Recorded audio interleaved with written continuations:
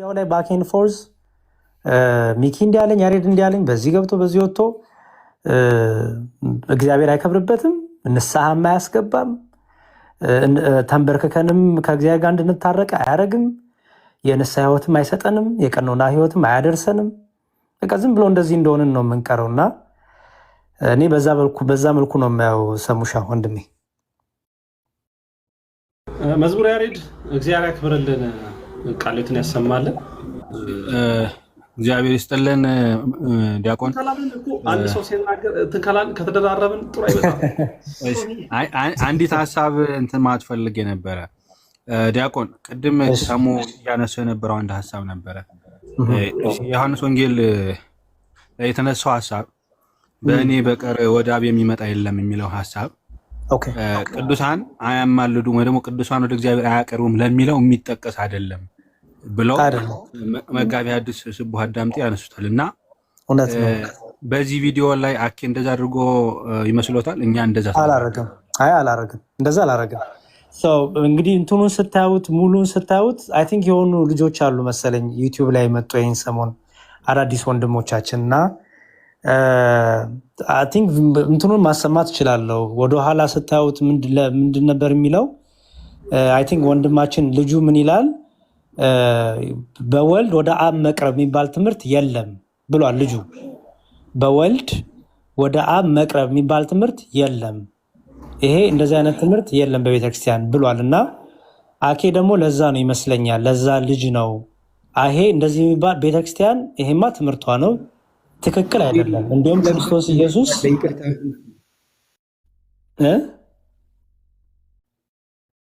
ላቁም ወይስ ማለት ልጁ ተብሎ ቢጠየቅና የልጁ ማብራሪያ ራሱ ብንሰማ። እኔ እኮ ልጁን በዚህ ምክንያት አላልኩም እኮ ልጁ የተናገረውን ነው የተናገርኩት። እና አኬ ደግሞ እንደዚህ የቤተክርስቲያን ትምህርት አይደለም። እኔ ማንም ቢል ባይዘወይ አሁን አንድ እዚህ ያላቸው ወንድሞቼ በወልድ ወደ አብ አይቀረብም ብትሉ የቤተክርስቲያን ትምህርት አይደለም።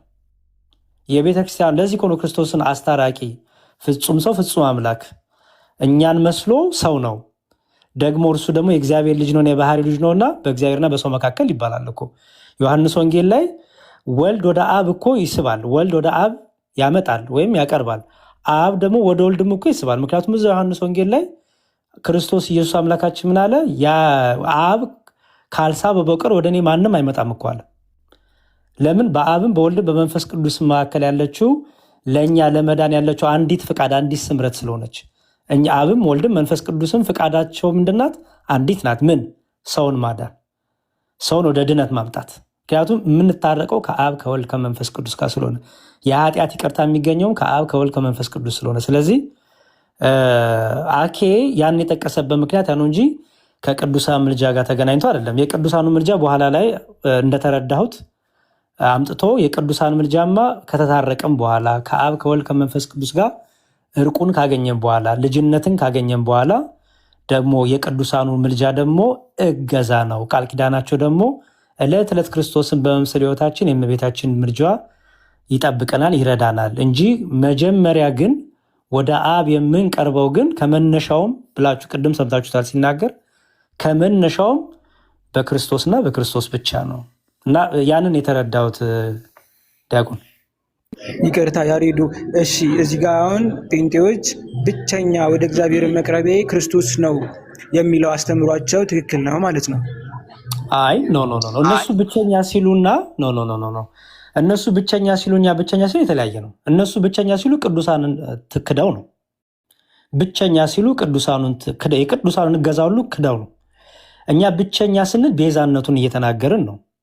እኛ ብቸኛ ስንል በደሙ ያስታረቀን የታረቀን የሚምር ሊቀ ካህን ኢየሱስ ክርስቶስ ብቻ ነው እያልን ነው። ስለ ቤዛነቱ ስለ ደሙ ማፍሰስ ስናወራ አዎ ብቸኛው ኢየሱስ ክርስቶስ ነው። ኦኬ ታዲያ ግን እኛ ብቸኛ ስንል የቅዱሳኑን እገዛ ምልጃቸውን ቃል ኪዳናቸውን እየተውን ነው አይደለም። እርቁን ካገኘን በኋላ ወደ ቤተክርስቲያን ከተጨመርን በኋላ ወደ ቅርንጫፉ ከጣበቅን በኋላ አንደኛ ቆሮንቶስ ላይ እንደሚናገረው አንዱ ቅርንጫፍ ሌላ አንዱ ብልት ሌላውን ብልት እንደሚያስበው ማለት ነው። አየ መጀመሪያ ግን ለመታሰብ ራሱ የቅዱሳኑ ጸሎትና እገዛ እንዲያስብህ ከግንዱ ጋር መጣበቅ አለብህ። ከግንዱ ጋር ስትጣበቅ ምን ትሆናለህ? ከክርስቶስ ላይ አካል ላይ ስለምንጋጠም ብልት ሆነን ስለምንጋጠም አንዱ አካል አንዱ ብልት አንዱን ብልት ያስባል። ለምን? በክርስቶስ ላይ ስላለን። ግን በክርስቶስ ላይ ግን ቅርንጫፍ ሆኖ ለመጣበቅ ኢየሱስ ያለ ክርስቶስ አይሆንም። ያለ ወልድ ቤዛነት፣ ያለ ክርስቶስ ሊቀ ካህንነት፣ መካከለኝነት፣ አስታራቂነት አይሆንም። ምክንያቱም አስታራቂም ነው፣ ታራቂም ነው። መስዋዕትም አቅራቢ ነው፣ መስዋዕትም ነው። መስዋዕትም ደግሞ ተቀባይ ነው። በዚህ እርቅ ካገኘን በኋላ ወደ ግንዱ ከጣበቅን በኋላ የቅዱሳኑ ጸሎት አንዱ ብልት አንዱን ብልት ማሰብ። አሁን ለምሳሌ በምን ላስቀምጥን ለመሰለ ፕሮቴስታንቶች አሁን ፕሮቴስታንቶች የቅዱሳኑ ጸሎት አይጠቅማቸውም። ከመነሻውም ምን ስላልሆኑ ከግንዱ ጋር ስላልተጣበቁ አለቀ። ከግንዱ ጋር ያልተጣበቀ ሰው የእመቤታችን ጸሎት ያድነኛ ማለት አይችልም። መጀመሪያ መጣበቅ አለ። ምክንያቱም በቤተክርስቲያናችን ነገረ ድነት በቅዱስ ስጋው በክቡር ደሙ በጥምቀቱ በሚስጥራቱ ከግንዱ ጋር መጣበቅ ስለሚያስፈልግ መጀመሪያ ከዛ በኋላ ነው የተጣበቀው ብልት የሆነው አንዱን ብልት የከበረው የደከሙትን እያሰው ወደ ክብር ያመጣሉ ማለት ነው። እና እኛ ብቸኛ ስንል ኢየሱስ ክርስቶስን ሊቀ ካህን መሆኑን የሚምር ሊቀ ካህን መሆኑን ቤዛነቱን አስታራቂነቱን ታራቂነቱን መስዋዕት አቅራቢ መሆኑን መስዋዕት ተቀባይ መሆኑንም ከአባቱ ከባሕርይ አባቱ ከአብ ከባሕርይቱ ከመንፈስ ቅዱስ በደሙ ያስታረቀን የተታረቅነው በልጁ ብቻ ነው እያልን ነው። ከዚህ በኋላ እስኪ የቅዱሳኑ እገዛ አያስፈልገንም? ኢምፖርታንት በጣም ያስፈልገናል። ምን እንድንሆን? እንድንጸና፣ እንድንበረታ ዕለት ዕለት የመብርሃን የመቤታችን የቅዱሳኑ ጸሎት ሁሉ እንደ ደመና ከቦ ያግዘናል፣ ይረዳናል። እኛ ብቻ ስንል ከዚህ አንጻር ነው እንጂ እንደ ፕሮቴስታንቱ አይደለም። ያሬዲ ግልጽ እንዲሆንላቸው ምዕራፍ 6 ቁጥር 6 ላይ የማቴዎስ ወንጌል ምዕራፍ 16 ቁጥር 6 ላይ ያለውን ክፍል በእኔ በቀር ወደ አብ የሚመጣ የለም የሚለውን ፓርት እዛ ጋር ነው ትልቁ ጥያቄ ነው የነበረውና እሱ ብታብራራው። እሺ ምንም አንድምታው ሰሙሻ ቅድም አይ ቲንክ አንድምታውን ስታብራራ እየሰማሁ ነበረ። ቅድም በቃ አሁንም እንደተናገሩት ነው። ያ በእኔ በቀር ወደ አብ የሚመጣ የለም ሲል ምን ማለት ነው ሲባል አብ አንድያ ልጁን ከራሱ ጋር እንድንታረቅ ልኮታል እያል ነው ባጭሩ። ምክንያቱም በልጁ ታረቀን አይደለም የሚለው በቃ። ስለዚህ በልጁ መታረቃችን የሚያሳይ ነው። ወልድን ሳያምኑ ሰዎች በስጋ የተገለጠውን የእግዚአብሔርን ልጅ ሳያምኑ ያላዩትን አብ ማመን አይችሉም። ወልድን አምላክና ወልደ እግዚአብሔር ወልደ ማርያም ወልደ እግዚአብሔር ብለው ሳያምኑ ሳይቀበሉ አብን ብቻ በመቀበል አይድኑም። እንደሱማ ከሆነ እኮ እኔና አብ አንድ ነን ሲላቸው እኮ በተቀበሉት ነበር። ግን ሊወግሩ ድንጋይ ያነሱ። ስለዚህ ያለኔ ወደ አብ ልትመጡ አትችሉም ሲል ማለቱ ነው። አንድም የእግዚአብሔር ልጅ መሆኑን ያላመነ የእግዚአብሔር ልጅ ብቻ አይደለም የድንግል ማርያም ልጅ መሆኑን ደግሞ ያላመነ ድንግል ማርያም ወላዲተ አምላክን የወለደች መሆኗን ያላመነ አዎ አይድንም፣ አብንም አያገኘውም። ምክንያቱም ወልድ የሌለው አብ የለውምና። አንድም ደግሞ ምንድነው ኢየሱስ ክርስቶስ ቤዛ ይሆን ዘንድ እግዚአብሔር የላከው አብ የላከው የዓለምን ኃጢአት የሚያሰሪ የእግዚአብሔር በግ መሆኑን የማያምን ከሆነ አዎ አሁንም አብን አያገኘው፣ መታረቅን አያገኙ ነው ባጭሩ። ምክንያቱም ኢየሱስ ክርስቶስ ምን ስለሆነ አስታራቂያችን ስለሆነ፣ አስታራቂውን ካላመንን ታራቂውን ደግሞ ስለማናምን ማለት ነው።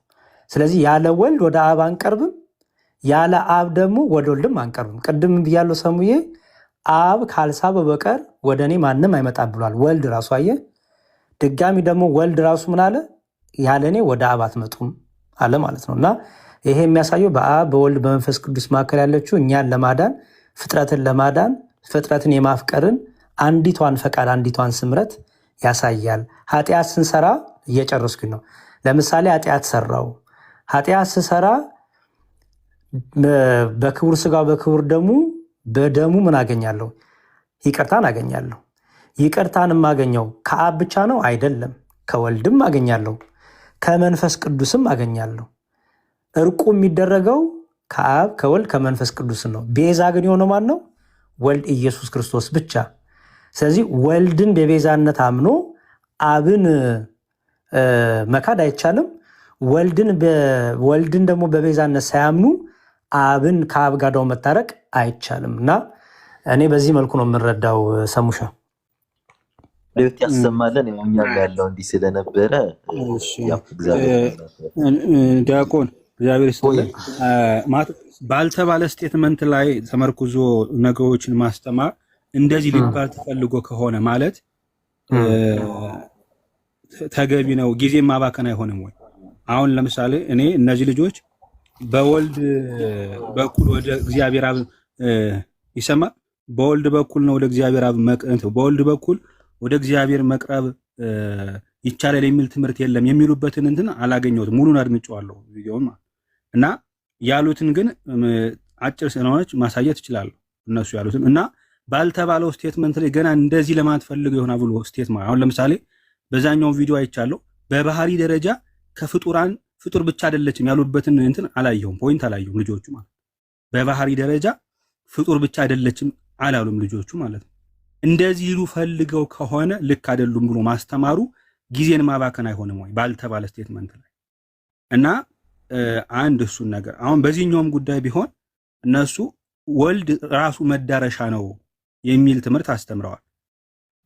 በወልድ በኩል ነው ወደ አብ መቅረብ የምንችለው እያሉ ወልድን ራሱ መዳረሻነቱን መርሳት ተገቢ አይደለም ብለው ለሰጡት ስቴትመንት እነሱ በወልድ በኩል ወደ እግዚአብሔር አብ መቅረብ የሚባል ትምህርት የለም እንዳሉ ተደርጎ ስቴትመንት ሰርቶ መሄዱ የምዕመናንን ጊዜ ማባከን አይሆንም ወይ? እስኪ ለምሳሌ ይሄን ላስደምጠውት። ክርስቶስ በመልዕልተ መስቀል ሲያመለክት ነው ማለት ነው። እነሱ ግን አውት ኦፍ ኮንቴክስት ጌታችን በመስቀል ላይ የሰራውን ስራ በመስቀል ላይ የሰራውን የማዳኑን ስራ ዋንስ ኤንድ ፎር ኦል ለዘላለም የሰራውን ይልቁንም በዚህ ዓለም ሲመላለስ የሰራውን ስራ ላይክ ሚዲየት የማድረጉን ስራ ለዘላለም ሚዲየተር ነው ብለው የሚሰናከሉ ከሆነ እና እመቤታችን ሚዲየተር አይደለችም ብለው የሚሰናከሉ ከሆነ እየነገሩን ያሉን እኛ ኒዮፕላቶኒስቶች ነን። በወልድ በኩል ነው ወደ አብ የምንሄደው ብለን ነው እንጂ የምናምነው እራሱ ወልድ መዳረሻ ነው ብለን አናምንም እያሉ እየነገሩን ነው ማለት ነው። እኛ ኒዮፕላቶኒስቶች ነን። ያለው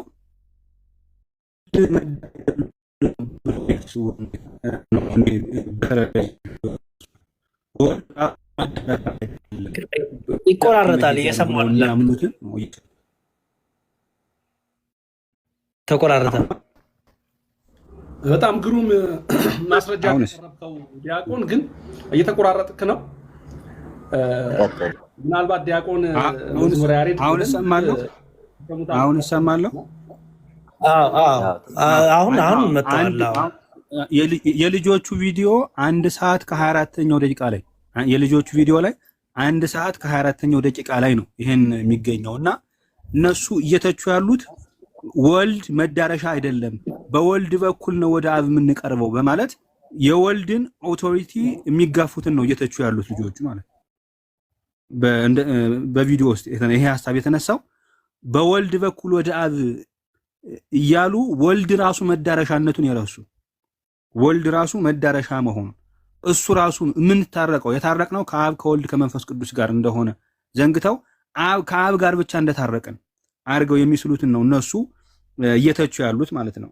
ቪዲዮውን መድገም ይቻላል ጊዜ ካለዎት፣ ግን ጊዜ ሰጥተው መልሰው ያደምጡት ይሆናል እና ይሄንን እየተቹ ባሉበት ወልድን መዳረሻ ወልድ ወደ አብ በወልድ በኩል ወደ አብ መቅረብ አይቻልም እንዳሉ ተደርገው መተቸታቸው የምዕመናን ጊዜ ማጥፋት አይሆንም ወይ የሚል ነው የኔ ሂስ። ኦኬ እሺ፣ ይሄው ቪዲዮም እየሰማሁት ነበረ እና እስቲ ኒዮፕላቶኒስቶች ናችሁ ነው የምንላችሁ፣ ኦሪገኒስቶች ናችሁ። የወልድ የባህሪ አምላክነት አልተዋጠላችሁም። ወልድ ራሱ መዳረሻ ነው እንጂ በወልድ በኩል ወደ አብ አንሄድም። ወደ ወልድ ወደ ራሱ ነው የምንሄደው፣ ወደ አብ ወደ ወልድ ወደ መንፈስ ቅዱስ ዘላለማዊ ወደሚሆን ወደ ቅድስት ሥላሴ ነው የምንሄደው። አሌክዛንደር ሽማማነ እሺ፣ ሶሪ ሚጣረክስ አላቀ። እሺ ምን መሰለህ ዲያቆን መሰሎት ሰው እኔ ምናምን አለው ኦርቶዶክሳዊነት መጠን ነው ብዬ አምናለሁ። ንግግራቸው የራሱ በጣም ጥንቃቄ ይፈልጋል። ለምሳሌ የቤተክርስቲያኗ ትምህርት ነው ምን የሚለው ትምህርት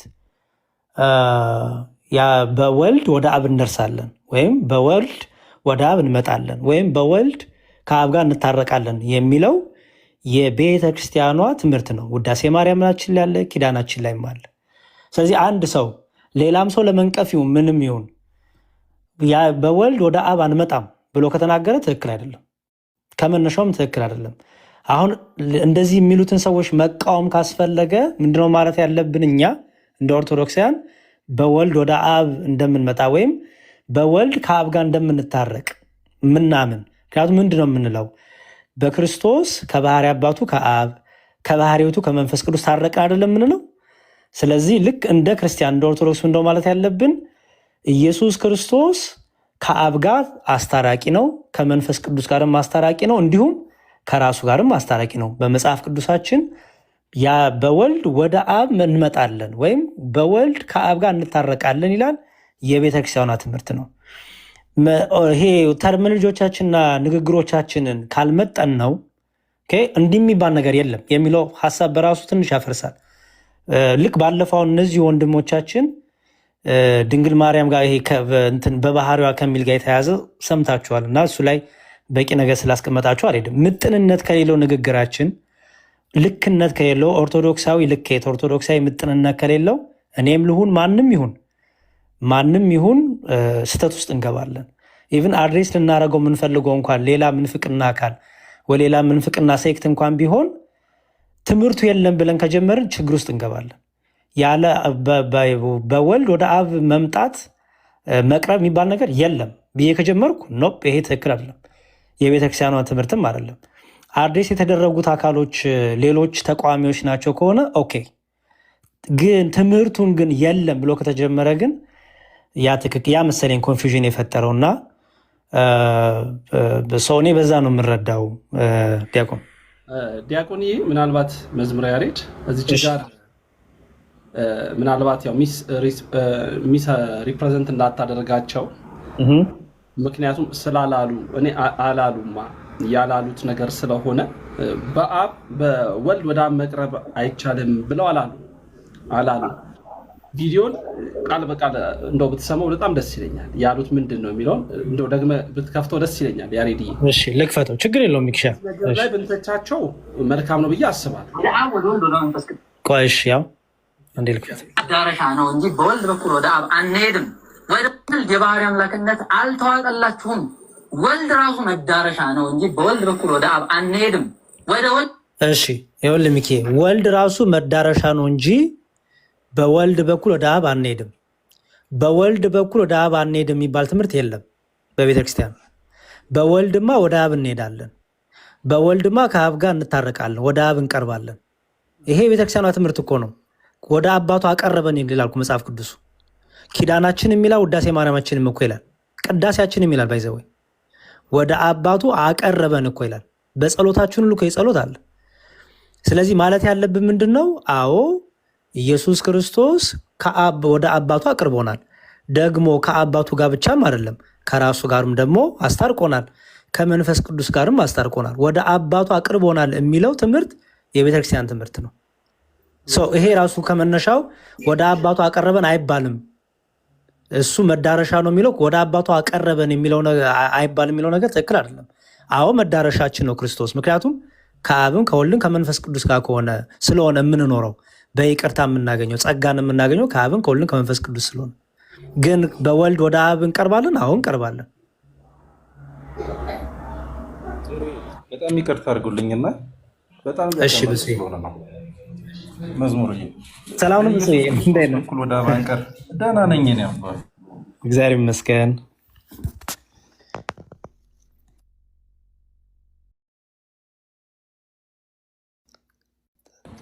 ድምጼ ተመልሷል ሚኪ? አዎ ተመልሳለሁ። ተመልሷል። በጣም ጥሩ መዝሙርዬ። ኢየሱስ ክርስቶስ ይሄ ወንድማችን ሲናገር ወልድ መዳረሻ ነው ብሎ ነው የነገረን አይደለ? ወልድ መዳረሻ ነው ብሎ ሲነግረን ወልድ መነሻ ነው ከሚሉ ሰዎች ተነስቶ ነው።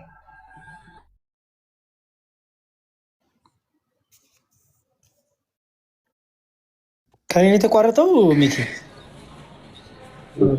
እሺ እንደዚህ ላድርግ።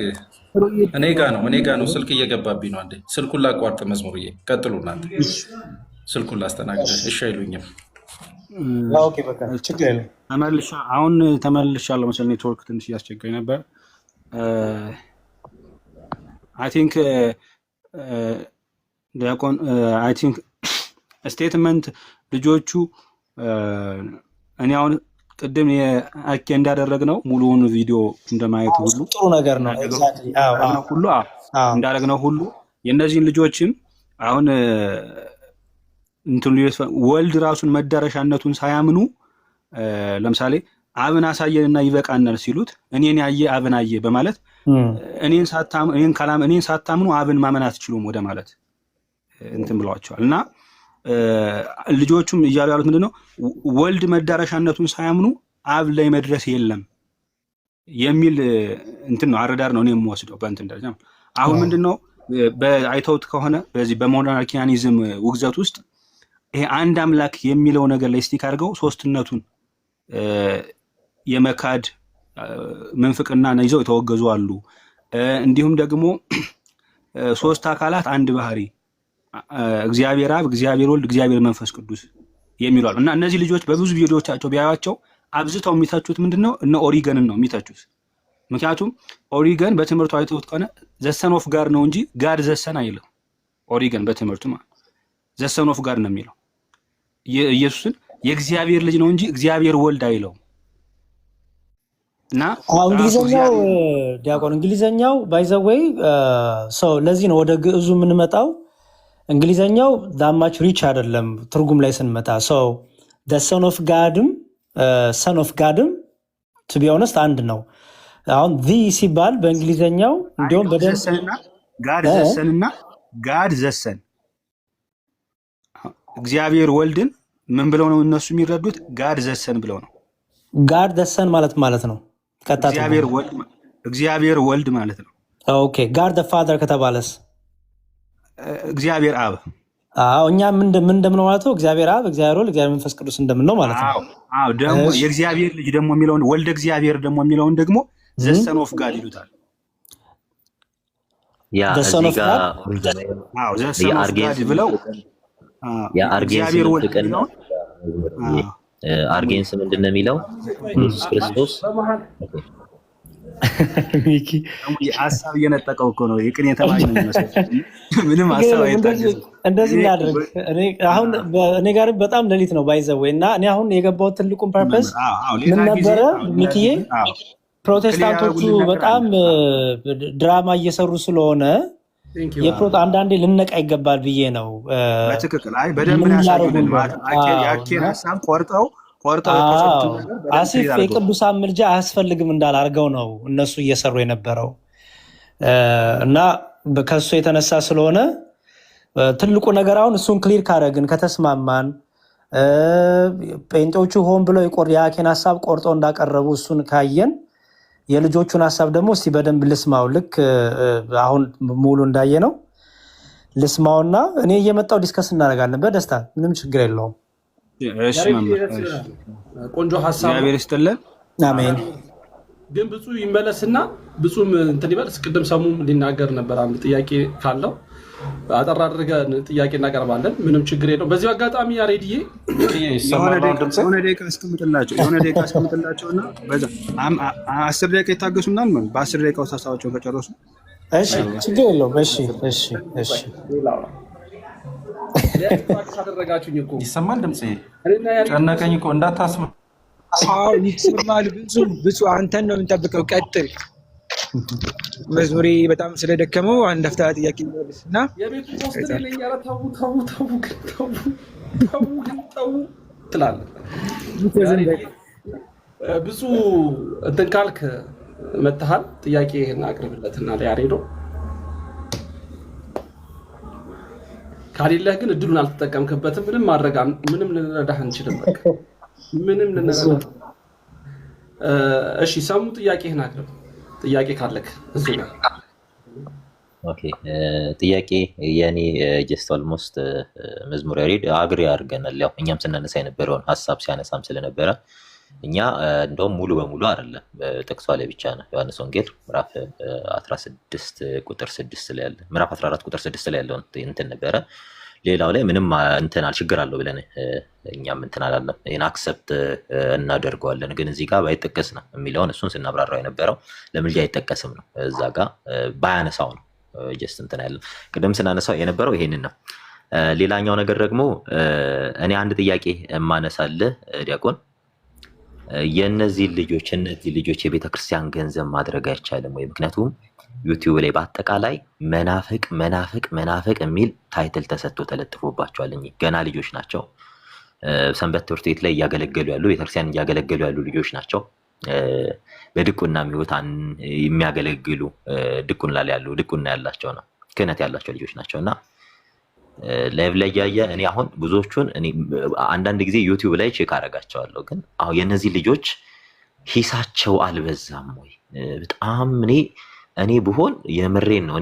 እኔ ጀስት ደርሶብኝም ስለማቅ ልጆቹ እንዴት ነው ቶለሬት የሚያደርጉት ነው። በጣም በስቷል።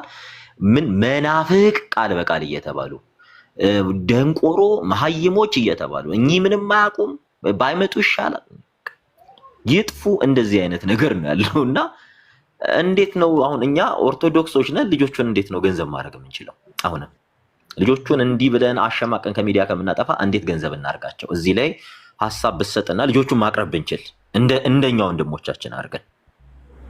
ኦኬ እሺ ሰሙዬ፣ በጣም ጥሩ ሀሳብ። እንግዲህ ኦነስቶኝ ነው የማወራው። ያው ታውቁኛላችሁ፣ ግልጽ ነው የምናገረው ወንድሞቼ ስለሆናችሁ። ከራስ ይጀመራል። እንግዲህ ከራስ መጀመር አለብን። ከራስ ይጀመራል ማለት ነው።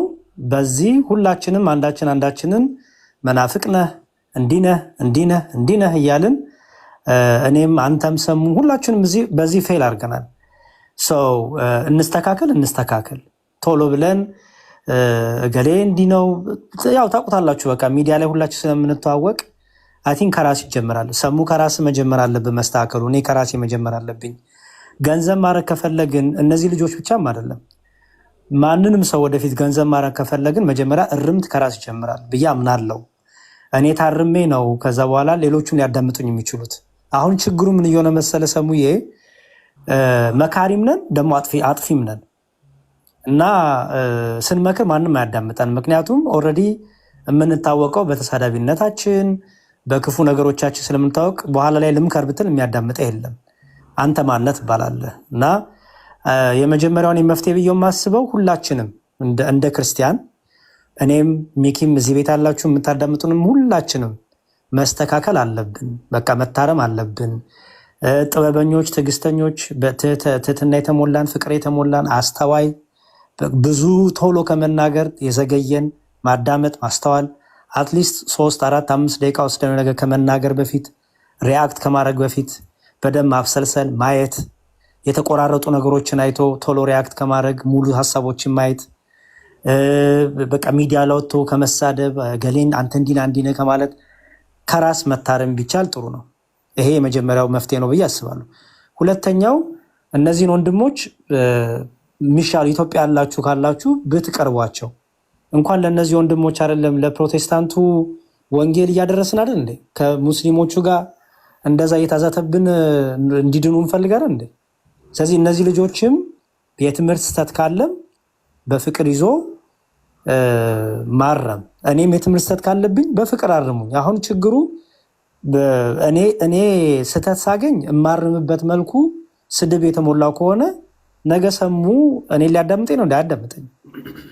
ስለዚህ ልጆቹን የምታገኟቸው ሰዎች ካላችሁ ቀረብ ብሎ ወደ ቤተክርስቲያን አምጥቶ ከሊቃውንቱ ጋር አገናኝቶ አሁን የሚዲያ ጉዳዩንና ሁላችንም በስልክ መብት ስላለን ስልካችን ላይ እና ዩቲዩብ ላይ እንደፈለግን እናወራለን።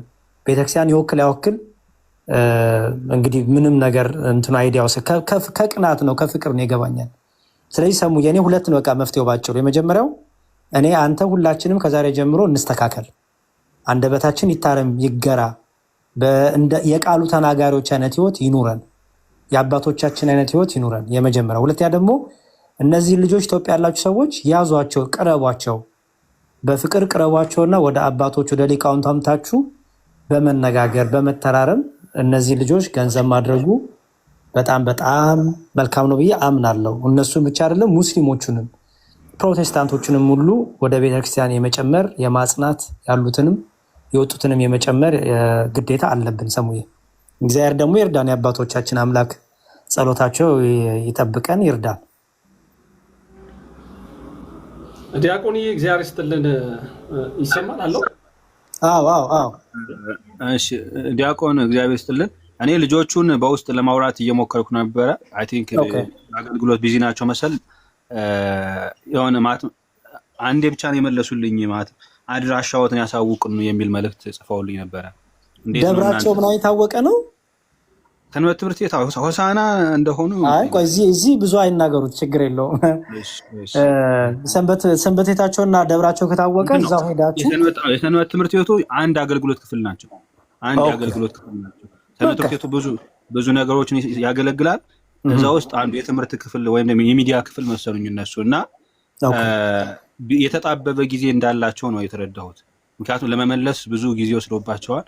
ከዛ ከመለሱልኝ በኋላ መልሼ ስጽፍላቸው አሁን እስካሁን አላዩትም መልእክቴ፣ ወይ ብዙ መልእክት ይደርሳቸዋል አሊያም የተጣበበ አገልግሎት ይሆንላቸው እና በአካል ሂዶ ለማግኘትም ሞክራለሁ በተቻለ መጠን ማለት ነው። ደብራቸው ሄዶ የደብሩንም አስተዳዳሪ እኮ አግኝቶ እኮ ምክንያቱም ብዙ ነገር እነሱን ገንዘብ ማድረጉ ይጠቅማል እና ኢቭን ከዚህ የተሻለ ነገር ደግሞ ሜቢ ስተትም የተናገሩት አንዳንድ ነገሮችም ቅድም እንዳልኩት ነው። አባቶቻችንም መምህራኖቻችን መልስ የሰጡበት ጉዳይ ስላለ ከፍቅርና ከእንትን አንጻር አንዳንድ የምንናገረው ነገር ኦርቶዶክሳዊ ልኬት ውስጥ ሲገባ ውሃ ልክ ውስጥ ሲገባ ፊት ሊያደርግ ይችላል እና ቀረብ ብሎ ሁላችንም እንደዚህ አይነት ነገር እንሰራለን፣ ባይዘወይ እንወድቃለን። ስለዚህ ቀረብ እያልን በፍቅር ገንዘብ እናደርጋቸው። እኔ እንዲሁም ስልካቸውን ካለ ስጡኝና በውስጥ ጻፉልኝና እኔም ቢሆን እሞክራለሁ። ከውጭ ሲደወል ከየት ነው ደግሞ ብለው እንዲያነሱት ማለት ነው። የትረስት ኢሹ ያው እንዳለ ያውቃሉ። ማን ሊደውል እንደሚችል ደውሎ የሚሳደብ ይኖራል። ደውሎ እንደዛ ስላለ ትረስት ኢሹ ላይ ያለባቸው ይመስላል እና አይ ቲንክ ደብሩ የሚታወቅ ደብር ይመስለኛል። ብዙ እና እስቲ በአካል ዶንት ለማለት በደብር ሄዳችሁ አግኟቸው። አሁን ከባድ ነው ሚኪ። በሚገርም ነገር የሆነ ልጅ ይኸውልህ ዲያቆን ነኝ ብሎ ባለፈው ትዝ ይልሃል እኔ ቤት ዲያቆን ነኝ ብሎ የመጣ ልጅ አይደለም፣ ብዙ አይታችሁት ይሆናል። እንዲያውም እስቲ ምስባክ ወልልኝ ብሎኝ ኧረ እኔ አልችልም ብየው በቃ ሰድቦኝ አንተን ብሎ ዲያቆን ብሎኝ ምናምን እና ሙስሊሞቹ ጋር ነው የሚውለው እና ዲያቆን ዮሐንስ ነኝ ብሎ የመጣ ልጅ ትዝ ይላችኋል? ሙስሊም ሆኖ ተመልሶ እንደገና ጠምጥሞ ምን ብሎ አስተማሪ ነኝ ብሎ ዲያቆን ነኝ ብሎ አሁን ሚዲያ ላይ የለም ታውቃላችሁ አይደል? አሁን ረጅም ጊዜ መጥቶ አጋለጡት ሙስሊሞቹ። ለምንድን ነው ወደ ክርስትና የተመለስከው ብለው አጋለጡት እርስዎ እንትን ካሉት በኋላ። ከዛ በኋላ ከልጁ ጋር በተገናኘ በቃ ያው ብቻ ከሚዲያ የጠፋበት ምክንያት ግልጽ ይሆንላችሁ ማለት ነው። እና አሁን ላይ ማንም ሰው በጣም ከባድ ነው። አሁን በጣም ቤተክርስቲያን ላይ ተሐድሶቹ እንቅስቃሴያቸውን ታውቃላችሁ። ፕሮቴስታንቱ አልብሶ የሚያስገባቸው አሉ። በጣም ብዙ ፈተና ነው ያለው እና ትረስት ኢሹ ቢኖርም አልፈርድባቸውም። ግን በቃ አንዳችን እየጠበቅን እያስተማርን አንዱ አንዱን ጉለት እየሞላ ቤታችንን መጠበቅ ነው እንጂ ብዙ ተኩላዎች ተበትነዋል። እንግዲህ እግዚአብሔር ደግሞ ክርስቶስ በደሙ ያጃትን ቤተክርስቲያን ይጠብቃታል። እኛም ግን ድርሻ ኃላፊነት አለብን ብዬ አምናለሁ። ካገኟቸው ግን ይህንም አገናኙኝና በተለይ ከነ ሊቀ ሊቃውንት ስማየ ከሆነ ስሙር አላምረው ጋር ላገናኛቸው እፈልጋለሁ። በደንብ ከጉባኤ ቤት መምህራኑ ጋርም ማለት ነው። መልካም ልጆቹም ራሱ የሚያውቋቸው ይመስለኛል። ግን በቃ ሌላውን እንትን እንላለን። ዲያቆን አይሻል እሱም ተቃለኝ ያለ ለቶሚ ድል የፈለጉ ነው። ሌሎችም ለዛ ነው ዲያቆን ሰኒዬ ይቅር በለኝ በማለት ግብታ ልክ ነህ ቶሚ። እስካሁን ምንም አልተናገረም። ወደ ቶሚ ነው። ችግር የለውም። ሰላም ብያለሁ ዲያቆን፣ እንኳን ደህና መጣ። አሜን አሜን። እንኳን ደህና ቆያችሁ። ሁልጊዜም ቢሆን ለመተቸትም ቢሆን ያጠፋነው ነገር የተሳሳትነው ነገር ካለ ለመታረም እኛ ዝግጁዎች ነን። ሚኪ በደከመው ሰው ላይ ጥያቄ ማብዛትም ልክ ስለማይሆን ሌላ ጊዜ መምጣት ከቻለ ፕሮግራም ይዘን ያሉንን ጥያቄዎች ብናቀርብና ቢመልስልን ደስ ይለኛል። ከዛ ውጭ ግን ልክ እኛንም በሚገስጸን መልኩ ሌሎች ወንድሞችንም ይህንኑ ተግባር ቢያደርግ መልካም ነው ብቻ ብዬ ልዝጋ። አመሰግናለሁ ሚኪ። እሺ እቀበላለሁ ማለት ነው። እሺ አልኩኝ። እሺ ለማለት ነው። ያሬድ እኮ ወንድማችን ነው። ያው በፈለግን ሰዓት ባስፈለገን ሰዓት የምንፈልገው ጥያቄዎች ሁላ ሲኖረን እኮ በፈለግነው ሰዓት ብንጠራው የሚመጣልን ወንድም ነው። ምንም ችግር የለው። ደግሞም እንደዚህ አይነት ኢሹ አንስተንም ስንነጋገር ሀሳብ ልስጥ ብሎ ካሰበም መግባት የሚችል ሰው ነው እና ይገባል ራሱ እና ቶምዬ ትክክል ነህ። ያው ይሄን ነገራችንን በደንብ አድርጎ ማስቀጠል ይገባል። የሰጠኸውም ምክረ ሀሳብ ቆንጆ ነው። ለእኛ ብቻ አይደለም ለሁላችንም የሚሰራ ለሌላውም የተላለፈው መልእክት አሁን ያሬዱ የተናገረው በስተመጨረሻ የተናገረው ሰዎችን ገንዘብ እንዴት ማድረግ ይገባናል የሚለውን ሀሳብ ሲናገር ለሁላችንም ወሳኝ የሆነ ሀሳብ እንደሆነ ሁላችንም ልንገዛው ይገባል ብዬ አስባለሁ። ብዙ እየተመለሰ ነው። ብዙ የለም ዛሬ ተው ሚኪዬ፣ አንድ ነገር ልንገራችሁና ላጠቃልል። የሚገርም ሚኪዬ፣ ባለፈው ከዲያቆን ዘማርያም ጋር እዚህ ተሐድሶ ላይ በደንብ ብዙ እየተንቀሳቀስን ነው አሁን ላይ እና የሆነ ክፍለ ሀገር ምን አድርገዋል መሰለህ፣ የተዘጋ ቤተክርስቲያን ነበረ። በደንብ ስሙ ክርስቲያኖች፣ እውነቴን ነው የምላችሁ ምን ያህል ከባድ እንትን ውስጥ እየተገባ እንደሆነ ነግራችሁ ፈልጌ ነው። እና የተዘጋ ቤተክርስቲያን ነበረ እና ሄደው አስከፈቱት ማለት ነው። እነዚህ ተሐድሶቹ ገንዘብ ከፍለው ምን ብለው አስከፈቱት። ከዛ ምን አረጉ ማለት ነው፣ እዚያ ያሉትን ሰዎች ገንዘብ ሰጥተው ጥቂት በቃ ተዘግቶ ማንም አልነበረም። እና ምን ያደርጋሉ፣ የቀሳውስት ልብስ አልብሰው የተለያየ እንትን አልብሰው ሰዎችን ልክ በቃ ይኸው ቀጠርን ብለው ያመጣሉ ማለት ነው። ዲያቆናትና ቀሳውስት ይኸው ቀጠርን ቤተክርስቲያኑ ተከፈተ ብለው ማለት ነው። እና ረሰውት ይቅርብን ይሏቸዋል አንዳንድ ሰዎች የነቁ አንዳንድ ያው ተሐድሶቹ ይሄ ነገር ጥሩ አይደለም ይቅርብን ሲሏቸው ምናሉ፣ አይ ነው ይሄማ አይቀርም፣ ምክንያቱም በዚህ መልኩ ነው ሰው ልንይዘው የምንችለው። ይኸው ቤተክርስቲያን ተከፈተ ብሎ ይመጣል፣ ይኸው አባቶች አሉ ብሎ ይመጣል። የዛን ሰዓት ትምህርታችንን በደንብ አድርገን ምንፍቅናችን እንዘራበታለን። ይሄን ያደርስ ደርሰዋል ማለት ነው። እና በጣም በጣም ጥንቃቄ፣ ብልሃት፣ ፍቅር ከጥበብ ጋር ፍቅር ከብልሃት ጋር ያስፈልጋል ብዬ አምናለሁ። አሁን ላይ በጣም በጣም ፍቅር ብቻ እያዋጣን አይደለም፣ ፍቅርና ጥበብ ከብልሃት ጋር መጨመር አለበት ብዬ አምናለሁ። በርቱልን። በተለይ በዚህ በተሐድሶ እንቅስቃሴ ላይ አይ ቲንክ ሰሙሻም ጥሩ ነገር ሲሰራ ይቻለው። እስቲ ከታላቁ ጅብሪል እኔ ዘማርያም ሰሙዬም ጆይን አርገህን እዚህ የተሐድሶ እንቅስቃሴ ላይም ብዙ ነገሮች ሰፊ ነገሮች ይዘን እንመጣለን በቅርቡ። እግዚአብሔር ይርዳን። ማምላክ በረከቷ ቃል ኪዳኗ የቅዱሳኑ ጸሎት ከኔም ከእናንተ ጋር ይሁን። አሚን። ያሬድዬ እግዚአብሔር ይስጥልን፣ ቃለ ሕይወትን ያሰማልን። ስለመጣ እጅግ በጣም ደስ ብሎናል። ምክንያቱም የነበረው ነገር ላይ ስንነጋገርም እየሰማህን ነበረ። አይ ቲንክ እና እያነሳን ያለ ነው በምን ያክል ደረጃ ፕሮቴስታንቶች ሲያጫጩት እንደነበረ። በተለይ በቃ የማርያም ጉዳይ በኔጌቲቭ ተነስቷል ብለው ካሰቡ በቃ ምንም ይሁን ምን ማጫጫው እንዴት እንደሚችሉበት ያየንበት ነበርና ያሬድዬ አንተም ሐሳባችንን የጸና ሐሳብ ሰጥተህበታል። ከሁሉ ግን ከእንዲህ አይነት ከሌላ ቦታ የሚላኩ ቪዲዮዎችን በነገራችን የልጆቹን ጉዳይ ያሬድዬ ሲነሳ የተነሳው መነሻው ፕሮቴስታንቶች ናቸው ያስነሱት፣ ያጫጫሁት፣ የመጀመሪያ ያጫጫሁት እና እኛ ተቀባብለን የልጆቹን ጉዳይ የነሱ አጀንዳ ሰጡን፣ የነሱን አጀንዳ እኛ አራመድን። ትልቁ ነገር እስተታችን በእንዲህ አይነት መልኩ ነው እየቀጠለ ያለው።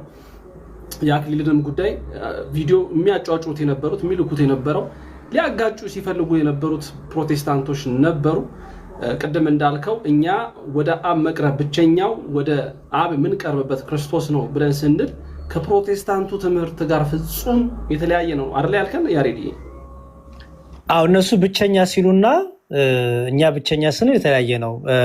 ድጋሚ በአጭሩ ማስቀመጥ ካለብኝ እነሱ ብቸኛ ሲሉ የቅዱሳኑን እገዛ፣ የቅዱሳኑን ጸሎት፣ የቅዱሳኑን ምልጃ ያላጠቃለለ የካደ ያራቀ የካደ እንትን ያለ ነው፣ ዲና ያደረገ ነው። እኛ ደግሞ ኢየሱስ ክርስቶስ ብቸኛ ነው ስንል እንደው ምን ያለ ነው? ቤዛነቱን እርሱ ብቻ ነው በደሙ ያዳነን። እርሱ ብቻ ነው በኃጢአታችን ተሸክሞ በመስቀል ላይ ያወጣ። እርሱ ብቻ ነው የእግዚአብሔር ልጅ የድንግል ማርያም ልጅ ሰው ሆኖ እኛን ያስታረቀ የሚምር ሊቀ ካህናችን ሊቀ ካህናችን ከራሱ የሚያስታረቀን ከአባቱ የሚያስታረቀን ከመንፈስ ቅዱስ የሚያስታረቀን እርሱ ብቻ ነው በደሙ የታረቀን በደሙ ኃጢአታችን ይቅር ያለን እያልን ነው። ከዛ በኋላስ ግን ይሄን ደግሞ በዚህ ድህነትን ያገኘን የዘላለም ሕይወት ያገኘን ደግሞ በቅዱሳኑ ምልጃ ደግሞ እገዛ የእመቤታችን የቅዱሳኑ ሁሉ እንደ ደመና በዙሪያችን እዚህ ዕብራውያን መልእክት ምዕራፍ 11 ላይ እንደ ደመና በዙሪያችን የከበቡ እነዚህ ምስክሮች ይላቸዋል። ድንቅ ምስክሮች ሳሉ የእምነት ሩጫችንን እንሩጥ። በፊት ለፊታችን ያለውን ኢየሱስ ክርስቶስን አይተን የእምነታችን ራስና ፈጻሚ የሆነውን ክርስቶስን አይተን እንሩጥ። ልክ እነዚህ ቅዱሳን እንደሮጡት ማለት ነው እና አንደኛ ቆሮንቶስ ምዕራፍ 12 ላይ ደግሞ 11-12 ላይ ያለውን ደግሞ አንዱ ብልት ቢደክም አንደኛው ብልት ደግሞ ያግዘዋል። አንዱ ብልት ቢሰቃይ ብልቶች ሁሉ አብሮ ይሰቃያሉ። አንዱ ብልት ቢከብር ደግሞ ብልቶች ሁሉ አብሮ ይከብራሉ። እናንተም ደግሞ ብልቶች የተባልን እኛ ሩጫቸውን የጨረሱ በሰማይ ሩጫ ላይ ያለነው እኛ ደግሞ በክርስቶስ ላይ ያለን ብልቶች ስለሆንን በአካሉ ላይ አንዳችንን ደግሞ እንተሳሰባለን፣ እንተጋገዛለን። እኛ ከዚህ አንጻር ነው የምናየው ማለት ነው። ሚኪ በጣም ይቅርታና እዚህ ጋር በነገረ ድህነት ላይ የእነሱ ምልጃ ግዴታ ነው። ያሬዱ እገዛቸው እንዴ ታዲያ ለምን መሰለህ? ተሰጥቶናል እኮ እግዚአብሔር አለ። ይሄ እኮ ራሱ እኮ ፈቃዱ እኮ ነው። እግዚአብሔር አንዱን እንዲያስብ የከበሩት የደከሙትን እንዲያስብ እኮ የእግዚአብሔር ፈቃዱ እኮ ነው። ይሄ እኮ የቤተክርስቲያን ህይወቷ ነው ባይዘወይ። ምክንያቱም የቤተክርስቲያን የህይወቷ መገለጫ ስለሆነ እንዲሁም ጥሩ ነገር አልመጣህልኝ። ወንጌሉን ላንብበውና መልእክቱን የቅዱስ ጳውሎስን እንዴት በዘላለም ህይወታችን እገዛቸው የእነሱ ብቻ አይደለም መላእክት እንኳን እኛን ያግዙናል፣ በዘላለም ህይወታችን ላይ ያግዙናል፣ ቅዱሳኑም ያግዙናል። ይሄ ደግሞ ፈቃደ እግዚአብሔር ነው። ይሄ ደግሞ የእግዚአብሔር ራሱ ስጦታውም ነው አላማውም ነው። አንዴ ላሳይ መጽሐፍ ቅዱስ ልክፈትና እንዲህ ይላል። ምን ይላል መሰላችሁ? የቅዱሳን ምልጃማ በጣም ኢምፖርታንት ነው ለቤተክርስቲያን። እሺ በተለይ ደግሞ የእመቤታችን አንድ ላይ ተያይዘውም ደስ ይላል። እሺ ይኸው ነገረ ቅዱሳን የቅዱሳን ምልጃ ራሱ በደንብ የታወቀ ያልጠራ ነገር አለ እዚህ ጋር። እሺ ያልጠራ ነገር አለ መዝሙር እኔ የፈራው ነው ከማንበብ በፊት ይኸውልህ። እሺ ለዘላለም ህይወታችን የድንግል ማርያም ማለት የቅዱሳን ምልጃ ያስፈልገናል እያልክ አሁን ስታብራራው ብዙ ሰዎች ወዴት እየወሰዱ ነው? የእግዚአብሔር ልጅነት ለማግኘታችን እያልክ እየተናገርከው እንደሆነ ቴንኪው ያዝልኝ። የዘላለም ህይወታችን እያለ ያለው መዝሙረ ምንን ነው? መንግስተ ሰማያትን ለመውረሳችን እያለ ነው እየተናገረ ያለው። ይሄ ነገር በደንብ አድርጎ ይያዝ። ያሬድ መዝሙርዬ ቀጥል። እሺ ቅድም ተናግሬያለሁ። ይኸውላችሁ በደንብ አስተውሉ። የዘላለም ህይወት ወይም ኢኒሻል ሳልቬሽን ወይም ልጅነት የምናገኘው በኢየሱስ ክርስቶስ በተደረገልን ቤዛነት ያገኘ ነው። አለቀ። በሰው አይደለም፣ በቅዱሳን አይደለም፣ በነቢይ አይደለም፣ በመላእክት አይደለም። ራሱ እግዚአብሔር የታረቀ ይሄ የዘላለም ህይወት ይባላል። ይሄ ለሁላችን የተሰጠ በሚስጥራት በኩል የምናገኘው መንገድ ብቻ ነው። ይሄ ባይዘወይ ልጅነት ልክ ሚስጥራት ስንፈጽም እምነት፣ ንስሐ፣ ቅዱስ ቁርባን፣ ጥምቀት እነዚህ የዘላለም ህይወትን ይሰጡናል። ኦኬ ድነናል ምን ነው ማለት ነው። ከዛ እየዳንን ነው አይደለም? ይሄ ድነናል እየዳንን ነው እንድናል አይደለ? አሁን እየዳንን ነው በምንለው ውስጥ የቅዱሳኑ ምን አለ ማለት ነው? እገዛለ ማለት ነው። ምልጃቸው፣ ጸሎታቸው በዕለት ዕለት የህይወታችን መጋደል ውስጥ ጸሎታቸው ስንደክም ጸሎታቸው ያግዘናል። ምክንያቱም ምን ይላል? ይኸው አንደኛ ቆሮንቶስ ምዕራፍ 12 ላይ እንዲህ ይላል። ምን ይላል? ይኸው እዚህ ጋር ምን ይላል? አካል ብዙ ብልቶች እንጂ አንድ ብልት አይደለምና፣ እግር እኔ እጅ አይደለሁምና የአካል ክፍል አይደለሁም ብትል ይህን በማለቷ የአካል ክፍል መሆን ይቀራልን? ጆሮ እኔ አይን አይደለሁም አካል ክፍል አይደለሁም ቢል ይህን በማለቱ የአካል ክፍል መሆን ይቀራልን? አካል ሁሉ አይን ቢሆን መስማት ወደ ቤት ተገኘ፣ ሁሉ መስማት ቢሆን መሽተት ወደ ቤት ተገኘ። አሁን ግን እግዚአብሔር እንደወደደ ብልቶችን እያንዳንዳቸውን በአካል አድርጓል። በደንብ አስተውለው ነው። ሁሉ አንድ ብልት ቢሆንስ አካል ወዴት በሆናል? እና ዳሩ ግን አሁን ብልቶች ብዙዎች ናቸው፣ አካል ግን አንድ ነው። አይን እጅን አታስፈልገኝም ልትለው አትችልም። ወይም ራስ ደግሞ እግሮችን አታስፈልጉኝ ልትሉት አትችልም። ነገር ግን ደካሞች የሚመስሉ የአካል ብልቶች ይልቁንም የሚያስፈልጉን ናቸው። ከአካልም ብልቶች ያልከበሩ ሆነው የሚመስሉን በሚበዛ ክብር እናለብሳቸዋለን። በምናፍርባቸውን ብልቶቻችን ክብር ይጨመርላቸዋል። ክብር ያላቸው ብልቶቻችን ግን ይላል። በደንብ አስተውሉ እዚህ ጋር። እነዚህ ያልከበሩ ብልቶች እገዛ ይፈልጋሉ። አየው ሚኪ፣ እነዚህ ያልከበሩ ብልቶች ምን ይፈልጋሉ? ወደ ክብር እንዲመጡ እገዛ ይፈልጋሉ። እነዚህ ግን የከበሩ ብልቶች ይላል ይህ አያስፈልጋቸውም። ነገር ግን ብልቶች እርስ በእርሳቸው ምን እንዲሉ ነው የሚለው? በትክክል ይተሳሰቡ ዘንድ እንጂ በአካል መለያየት እንዳይሆን ለጎደሎ ብልት የሚበልጥ ክብር እየሰጠ እግዚአብሔር አካልን አገጣጠመው። አንድ ብልት ቢሰቃይ ብልቶች ሁሉ ከእርሱ ጋር ይሰቃያሉ። አንድ ብልት ቢከብር ብልቶች ሁሉ ከእርሱ ጋር ደስ ይላቸዋል።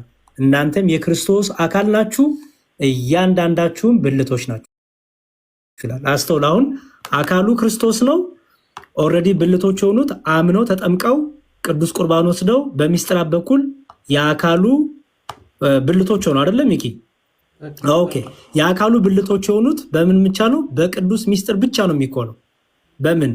በንስሐ፣ በእምነት፣ በቅዱስ ቁርባን፣ በጥምቀት። እነዚህን ሰዎች ሲፈጽሙ በሚስጥራት በኩል ምን ያገኛሉ? ልጅነትን ያገኛሉ፣ የዘላለም ሕይወትን ያገኛሉ፣ ይድናሉ። ምን ሆኑ ማለት ነው? የአካሉ ብልት ሆኑ። ኦኬ። እነዚህ አካሉ ብልቶች ብልት ከሆኑ በኋላስ አካሉ ላይ ካሉ በኋላስ በዕለት ዕለት የመጋደል ሕይወታቸው ድካም ያጋጥማቸዋል? ያጋጥማቸዋል። የበረቱ አሉ፣ የክርስቶስ ምስክሮች አሉ፣ የከበሩ ይባላሉ። ደግሞ የደከሙ አሉ። የከበሩት የደከሙት ምን ያደርጋሉ ይላል? ያግዛሉ፣ ያስቧቸዋል ይላል። ለምን? አንዱ ብልት ቢሰቃይ ብልቶች ሁሉ አብረው ይሰቃያሉ። አንዱ ብልት ቢከብር ደግሞ ብልቶች ሁሉ አብረው ይላሉ፣ ይከብራሉ። ይሄ የቤተ ክርስቲያን ሕይወት ነው። ይሄ በክርስቶስ አምነው ወደ ዘላለም ሕይወት የመጡ ዕለት ዕለት እስከ ዕለት ፍጻሜ ድረስ ጌታችን ክርስቶስ እስኪመጣ ድረስ ያላቸው አንዱ አንዱን የማገዝ ሕይወት ነው። ይሄ ኢምፖርታንት ነው፣ በጣም አስፈላጊ ነው። ይሄ ራሱ የተሰጣት የቤተ ክርስቲያኗ በቅዱሳኑ የከበሩት የደከሙት በቃል ኪዳናቸው በጸሎታቸው እንዲያስቡ የተሰጠ ቃል ኪዳናቸው ነው፣ ጸጋቸው ነው። ይሄን ደግሞ እኛ በቅዱሳኑ ምልጃ እንጠቀማለን። ይሄ ለሚጠቅመና ሩጫችን እስከ መጨረሻው አጽተን እንድንኖር እንድንፈጽም በዕለት ዕለት መጋደላችን ውስጥ ይጠቅመናል ማለት ነው፣ እንድንጸና። ቃልዮትን ያሰማልን ያሬድ። መልካም። እሺ፣ አሁን አጥርቻለሁ ብዙ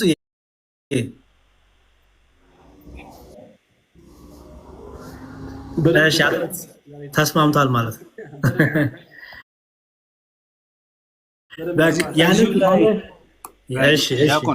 ባነሱት ላይ አሁን አንድ ብልት ቢታመም አብሮ መታመም አለ፣ ግዴታ ነው።